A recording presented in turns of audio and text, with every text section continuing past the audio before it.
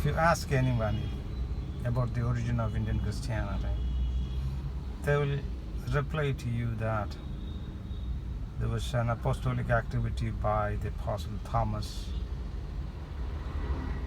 by AD 52, and they converted the Nambudiri Brahmins, and that's the way the Indian Christianity has originated in India. This is the answer, usual answer, whether he's a believer or a non-believer or a secularist or a religionist. Anybody or everybody, I give you this particular story. And this story passed down to the current generations. And there are many people who questioned it. It is not like 100% people believed it, but there are many people who questioned it. But that doesn't mean that general public has an impression that the St. Thomas Christianity, as now it is called, or the local name Nasranis or Malankara Nasranis, the group of Malankara Nasranis, originated in the 1st century, AD 52, and they were here since then, and now what you see as the Syriac Christianity is the progenies of that 1st century Christianity. That is the concept, or that is the story, and that is the belief by general public. In my childhood also, this story has been passed down to me. Even though it was not 100% believable for me, but I have continuously followed that stories and agreed upon it in college days when I started reading about it.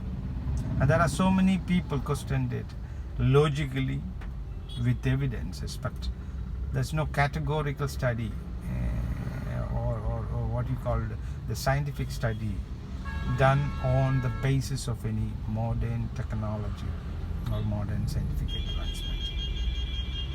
So I was thinking of writing a book or doing a research regarding the origin of this Christianity and test it whether there is any evidence to show that this Christianity has originated in the 1st century.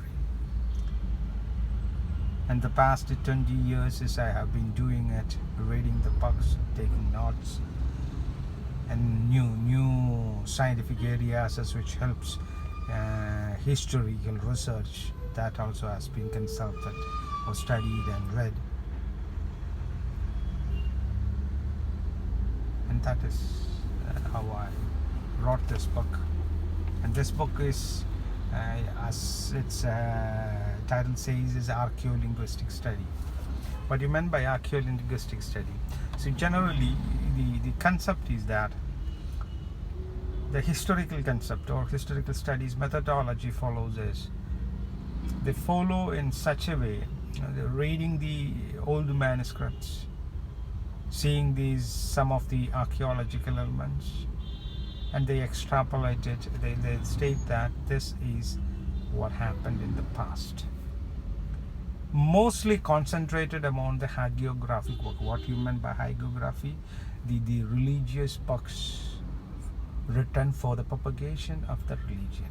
These books are somewhere, I think, in the 50% or 60% is all wonder work or something like, or amazing stories. Or what you call the titillating stories to support the believers and raise their belief system. And it is actually written for the to satisfy the believers. And are there any historical facts in it? That you have to test it out and find it out. For example, the origin of the people of India or the origin of people of Kerala, and these kind of questions is when we ask put against anybody. They will give you the local mythological stories like Parashurama stories, or what you call the Aryan invasion theory, and Indus Valley civilization, and then the Dravidians pulled back towards the south, and that is why we are. But the modern science has done a very good investigation about the old historical concept and tested it based on the scientific methodology, which produced amazing results. And some of the stories has been dismantled and questioned and put aside by the science and technological advancements, which helped the historical researchers. But general public concept is that they are not aware of this modern technological development or scientific research methodologies. Even the professors are not aware of it. They are more concerned with their all parochial or old traditional methodology, and they will put you that these modern science and modern technologies are not believable. Even the Romula Thapa says the genetical research studies are not 100% provable. There is nothing called 100% provable in social science. Anthropology or genetics or archaeology or any particular science. But if you draw the graph of these all results in a spreadsheet, and if it says the same thing, you can say that in the mathematical sense approximately equal to so and so. So that's the way the history is derived to us in the modern times.